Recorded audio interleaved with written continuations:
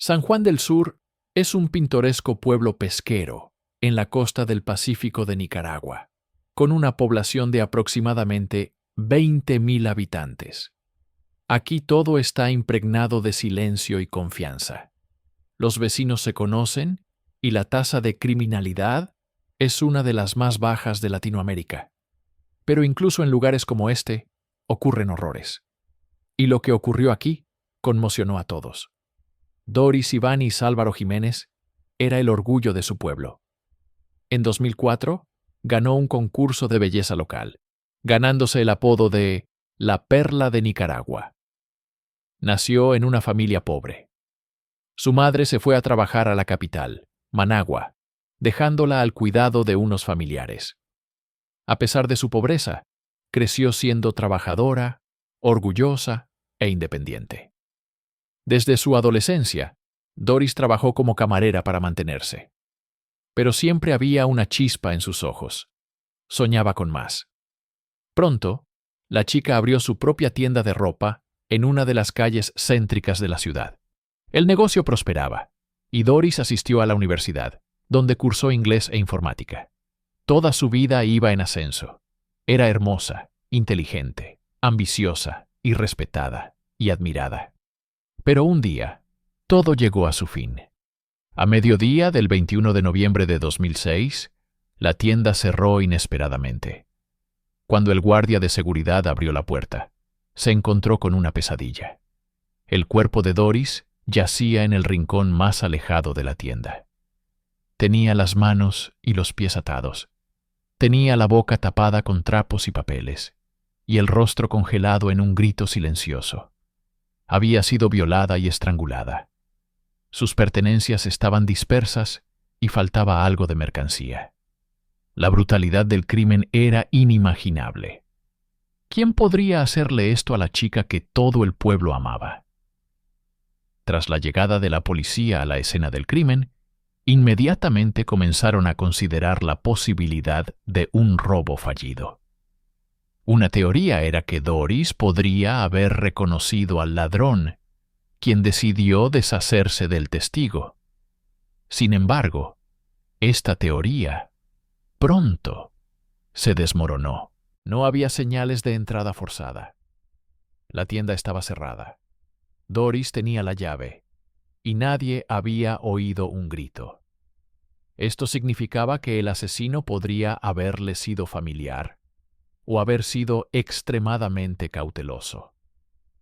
Los investigadores comenzaron a buscar sospechosos entre los vecinos. 3 hombres fueron detenidos poco después.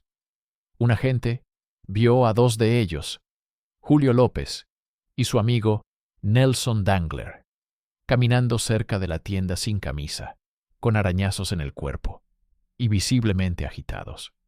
Los llevaron a la comisaría. Resultó que no solo tenían marcas recientes en el cuerpo, sino incluso cortes en los genitales. No pudieron explicar con claridad el origen de las heridas. El tercer detenido fue Armando Llanes, el actual novio de Doris. Había estado saliendo con ella después de que ella rompiera con un estadounidense llamado Eric Foltz. Sin embargo, Armando tenía una coartada irrefutable. Se encontraba en otro lugar en el momento del asesinato, según confirmaron testigos. Fue puesto en libertad, pero la ciudad ya bullía de rumores. Mientras la policía trabajaba en las pruebas, Eric, el exnovio de la mujer asesinada, llegó a la escena del crimen. Parecía sorprendido y declaró que quería ayudar en la investigación. Nadie se lo esperaba. El hombre, que había vivido recientemente con Doris, estaba en la ciudad y, según se supo, la había visto recientemente por última vez. La llegada de Eric marcó un punto de inflexión. Su comportamiento, su relación pasada con Doris y su activa participación en la investigación comenzaron a levantar sospechas. ¿Podría el hombre que una vez la tomó de la mano estar involucrado en su muerte?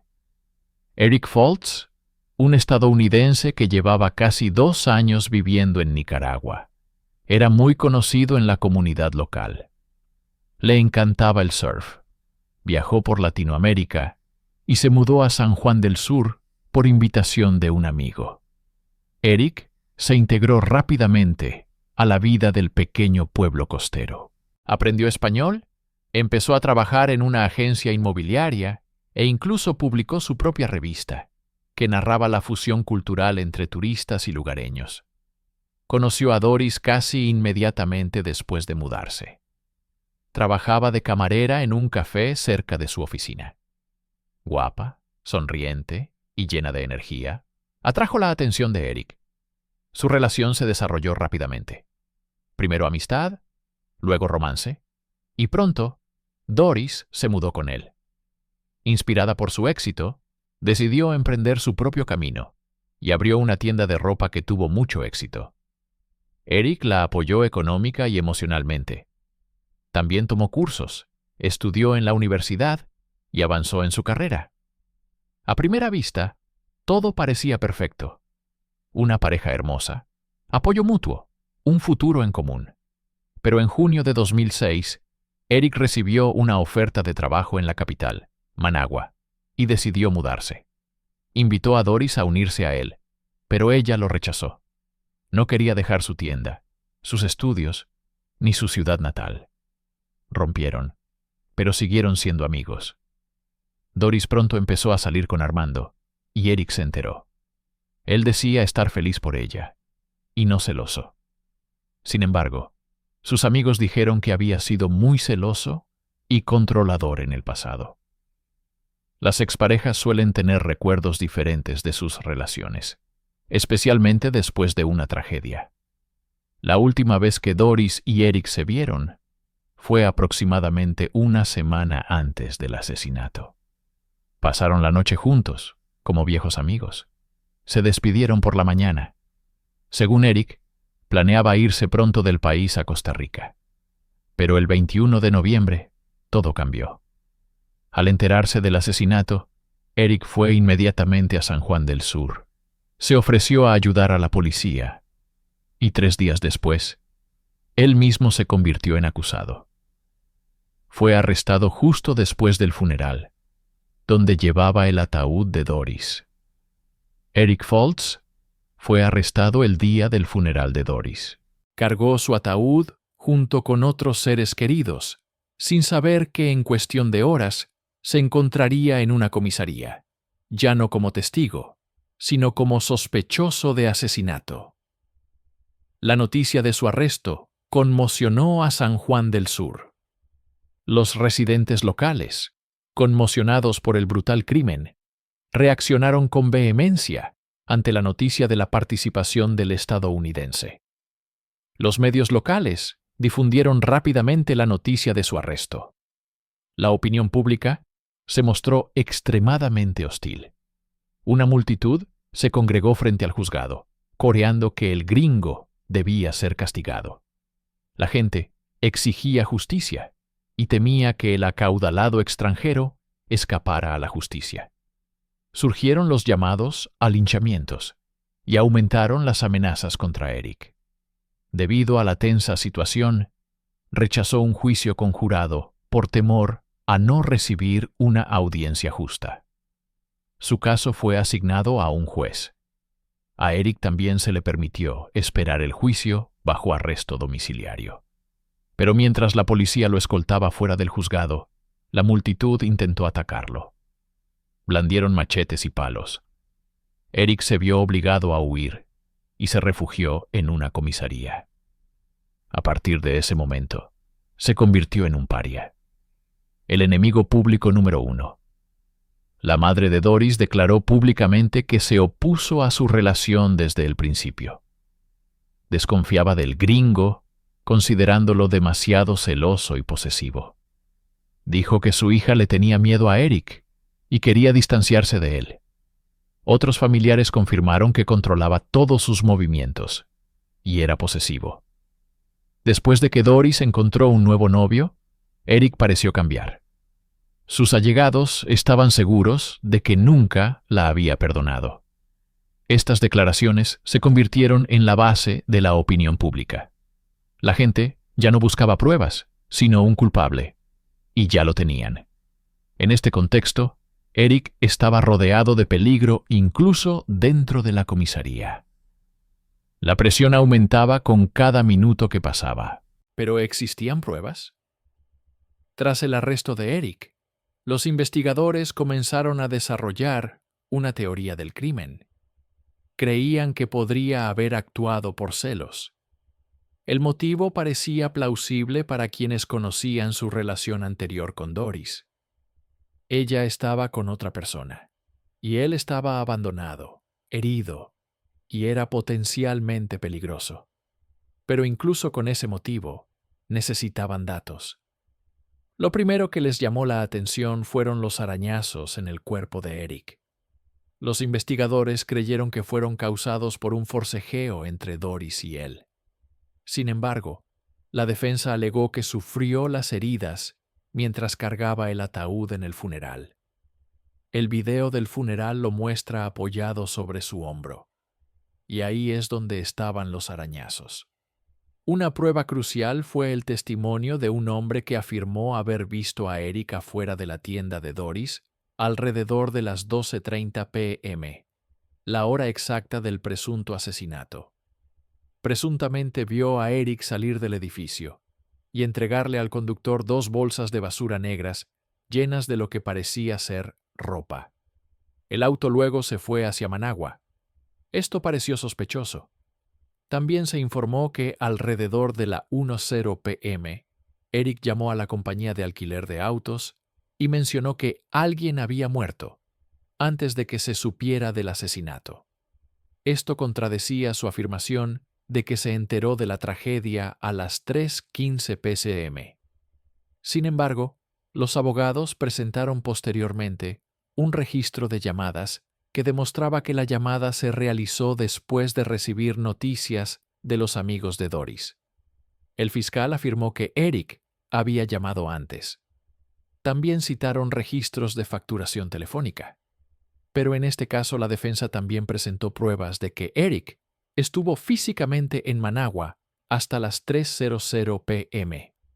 Además, tenía una importante reunión de trabajo a esa hora, que duró desde el mediodía hasta las 2:00 p.m. Sus compañeros confirmaron su presencia. Después, almorzaron juntos. No pudo haber salido para San Juan del Sur antes de las 3:30 p.m. El viaje dura aproximadamente 2 horas y media. Entonces, ¿cómo pudo haber estado en la tienda a las 12:30 p.m.? La historia oficial comenzaba a desmoronarse. No se encontró ni una sola huella dactilar de Eric en la escena del crimen. La policía no había realizado ninguna prueba de ADN. Simplemente no contaban con los recursos necesarios en Nicaragua. Las complejidades del sistema legal comenzaban a desmoronarse. Sin embargo, la fiscalía insistió.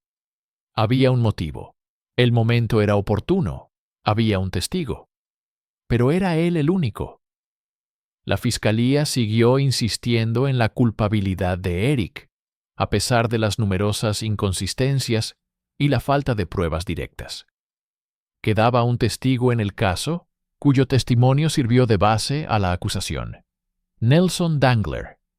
Era conocido por la policía, tenía varios antecedentes penales y había sido arrestado previamente junto con Julio López, otro residente local, sospechoso de estar involucrado en el crimen. Fue Nelson quien afirmó haber visto a Eric cerca de la tienda de Doris el día del asesinato. Sin embargo, sus declaraciones se contradecían constantemente. Al principio, afirmó no haber conocido nunca a la chica. Luego, admitió saludarla con frecuencia. Afirmó haber visto a Eric entregarle bolsas negras, pero luego se confundió con la hora y los detalles. Los testigos que vivían cerca de la tienda también comenzaron a recordar detalles importantes. Un estudiante universitario que vivía cerca reportó haber escuchado a alguien tocando la puerta de la tienda aproximadamente a las 11:45 a.m. Y, media hora después, un ruido fuerte, como si algo pesado hubiera caído al suelo.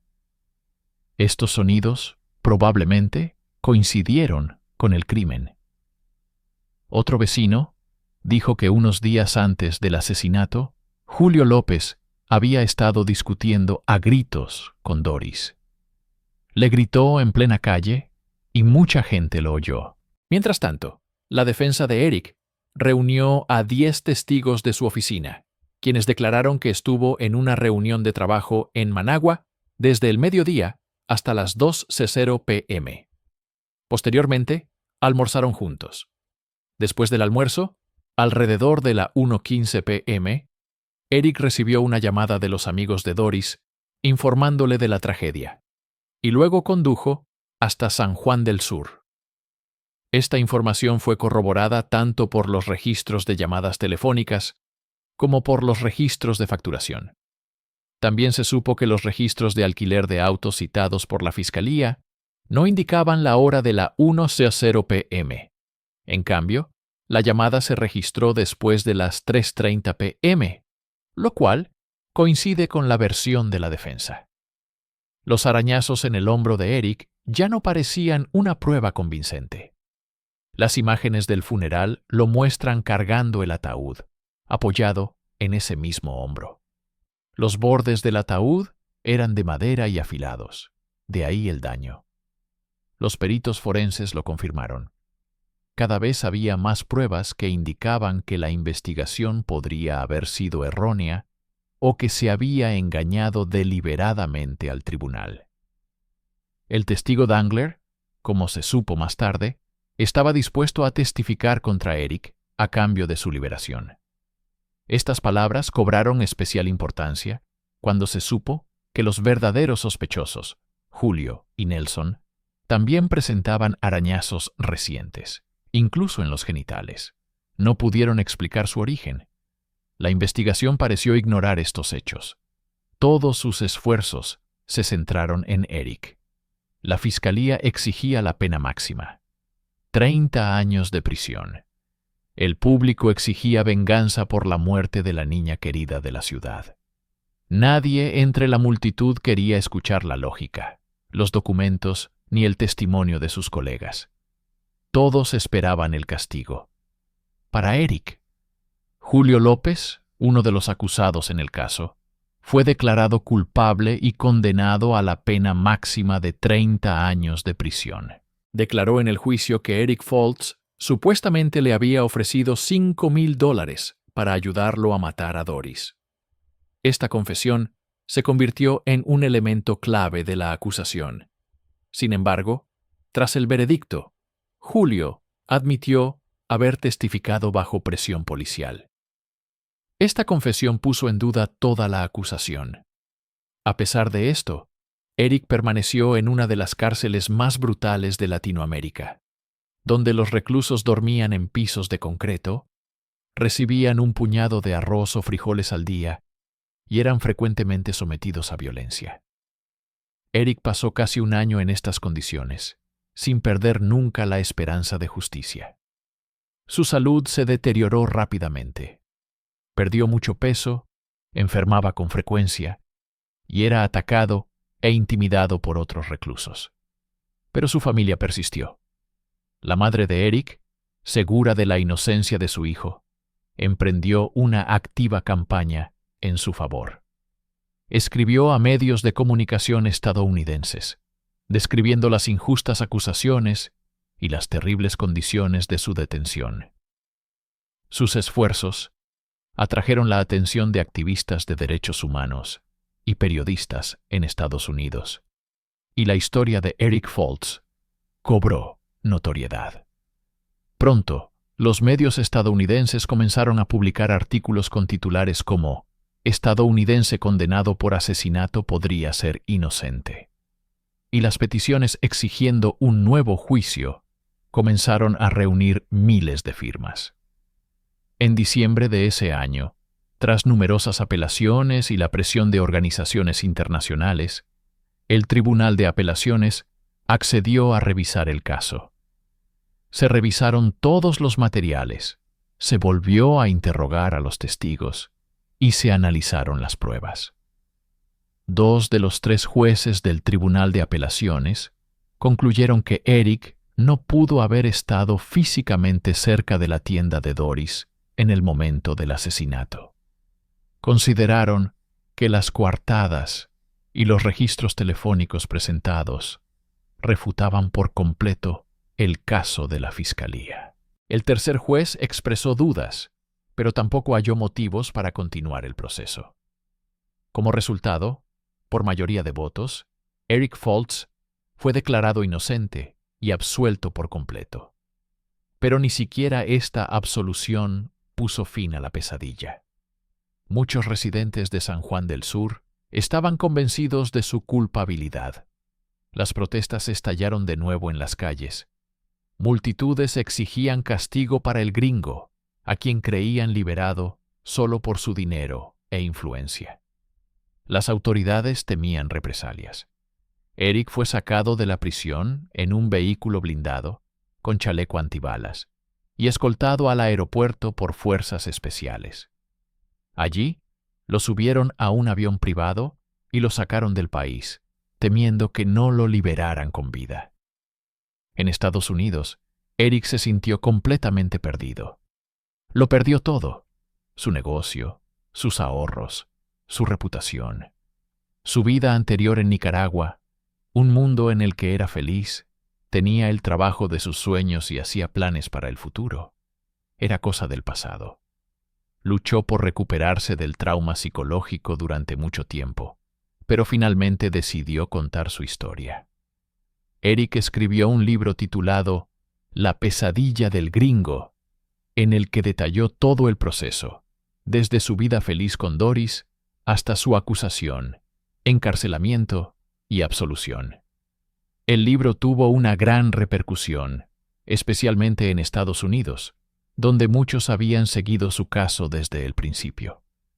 Se convirtió no solo en una historia de tragedia personal, sino también en una exposición de las debilidades del sistema judicial nicaragüense.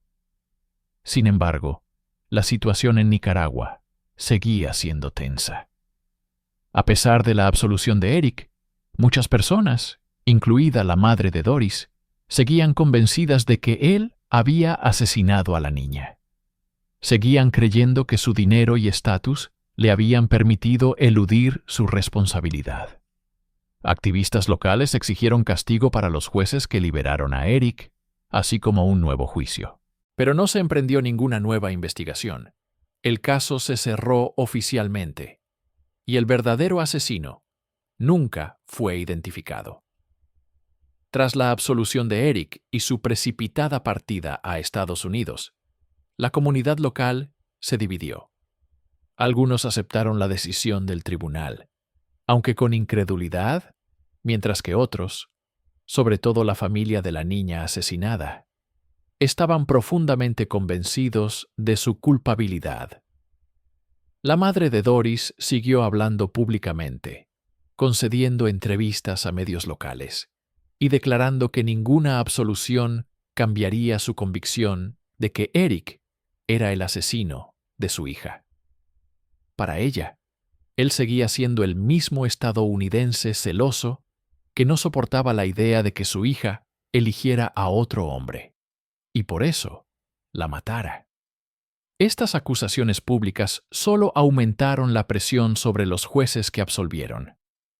Se celebraron manifestaciones regularmente en la ciudad, exigiendo no solo un nuevo juicio, sino también castigo para los jueces, a quienes se consideraba vendidos por dinero. Algunos políticos, deseosos de ganar puntos políticos, también comenzaron a hacer declaraciones contundentes, prometiendo revisar la decisión del tribunal y restaurar la justicia. El presidente del país también comentó sobre el caso, calificándolo de error judicial. Pero a pesar de las fuertes declaraciones, no se tomaron medidas reales. En medio de esta presión y la indignación pública, Julio López, quien también recibió la pena máxima de 30 años, permaneció en prisión. Fue él quien inicialmente testificó contra Eric, alegando que éste le había ofrecido dinero por el asesinato. Pero Julio se retractó posteriormente, alegando que lo habían coaccionado para incriminar a Eric. Aseguró que, durante los interrogatorios, lo presionaron, lo amenazaron y le prometieron una reducción de la pena si firmaba las declaraciones requeridas. Estas declaraciones fueron ignoradas en el tribunal porque, como afirmó la fiscalía, Julio simplemente intentaba salvarse modificando su testimonio según lo exigía la situación. Sin embargo, tras la absolución de Eric, el caso de Julio volvió a plantear preguntas. Si un acusado fue declarado inocente, ¿cómo puede uno estar seguro de la culpabilidad del otro? La defensa de Julio apeló el veredicto, argumentando que su testimonio había sido forzado y que aún no se había identificado al verdadero culpable. Sin embargo, el tribunal confirmó el veredicto. En ese momento, no había surgido ninguna nueva prueba en el caso que pudiera haber cambiado la opinión del juez. Además, las pruebas contra Julio no eran más contundentes que las contra Eric. No había huellas dactilares, ni ADN, ni grabaciones de video. Solo las palabras de testigos de dudosa reputación y una confesión de la que Julio se retractó posteriormente.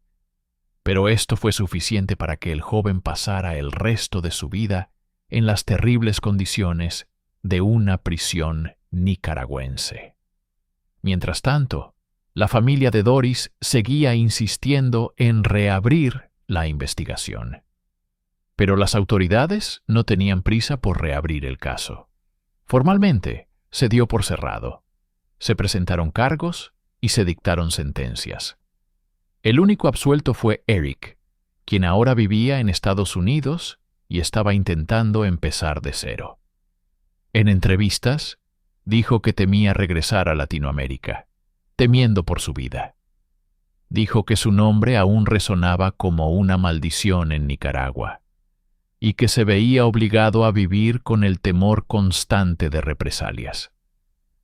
A pesar de la absolución del tribunal, para muchos seguía siendo un asesino.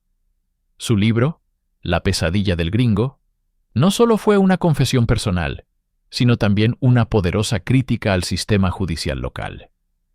En él, Eric detalló toda la investigación, el encarcelamiento, el juicio, los cargos y cómo fue traicionado, no solo por desconocidos, sino por todo el país que una vez consideró su hogar. Relató su convicción de que las buenas relaciones con los lugareños, el conocimiento del idioma y el respeto por la cultura lo convertirían en uno de ellos. Pero, como se vio después, todo eso se desvaneció en un instante, cuando su rostro apareció en las portadas de los periódicos con el titular: Americano mata a nuestra perla. A pesar de la absolución, el libro, las entrevistas y el apoyo público, la sombra de la sospecha persistía. Su nombre permaneció en archivos, artículos y en la memoria de quienes vivían en San Juan del Sur. Años después de su absolución, se podían encontrar discusiones en foros y redes sociales sobre su culpabilidad o inocencia. La gente se dividía en dos bandos: quienes creían en su inocencia y quienes pensaban que simplemente había tenido suerte de escapar del castigo. Mientras tanto, la verdad real permanecía oculta bajo una capa de conjeturas sin comprobar, rumores, miedo e ira. Pasó el tiempo, pero el dolor de la pérdida para la familia de Doris nunca disminuyó. A pesar del paso de los años, la madre de la niña siguió buscando justicia, con la esperanza de que algún día el caso de su hija fuera revisado y el verdadero culpable castigado. En entrevistas, declaró abiertamente que, en su opinión, la justicia nunca prevalecía. No creía en las absoluciones sinceras, ni en los libros, ni en las lágrimas ante las cámaras. Para ella, Todo esto era solo una fachada que ocultaba un crimen a sangre fría. Y en esta opinión, contaba con el apoyo de muchos vecinos, especialmente de las personas mayores, que conocían a Doris desde la infancia, la vieron crecer. Cómo lo logró todo por sí misma, cómo luchó por su futuro en medio de la pobreza y la lucha constante. Por otro lado, muchos en la ciudad estaban cansados del conflicto, del odio, de que el nombre de Eric y el caso del asesinato de Doris hubieran acaparado titulares durante décadas. La generación más joven, que había madurado tras la tragedia, veía la historia más como un símbolo, un recordatorio de lo imperfecta que puede ser la justicia. Hablaban no solo de la tragedia en sí, sino también de la rapidez con la que la sociedad puede culpar a alguien si resulta ser un intruso. Muchos creían que Eric era víctima de la xenofobia y la presión de la multitud, y por lo tanto merecía al menos un poco de paz. Su caso se citaba a menudo como ejemplo de juicios justos y de los peligros de la parcialidad. Mientras tanto, Eric intentaba seguir adelante con su vida. Tras la publicación del libro, concedió decenas de entrevistas y participó en proyectos documentales donde compartió sus experiencias. Habló de su vida en prisión, del miedo, el dolor, la soledad y la constante lucha por mantener la cordura. Admitió que lo que más lo deprimía era que muchos aún lo consideraban culpable, a pesar de su absolución. Esta sensación de injusticia lo perseguía incluso después de su liberación. Intentó mudarse a otro estado para empezar de cero.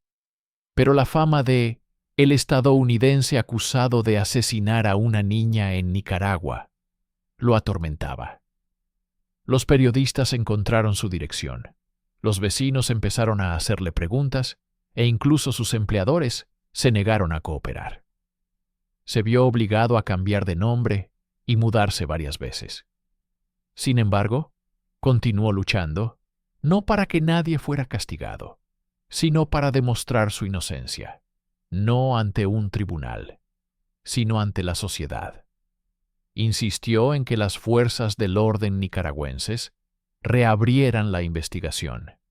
Apeló a organizaciones internacionales de derechos humanos y atrajo la atención de los medios, intentando recordar a todos que, si él era inocente, el asesino de Doris seguía prófugo. Escribió cartas abiertas a las autoridades, publicó material sobre el caso y analizó cada paso de la investigación. Pero en Nicaragua, nadie respondió. Allí, el caso se dio por cerrado. Se identificaron los responsables, se dictaron las sentencias, y reabrirlo significaría admitir los propios errores, algo que nadie estaba dispuesto a hacer.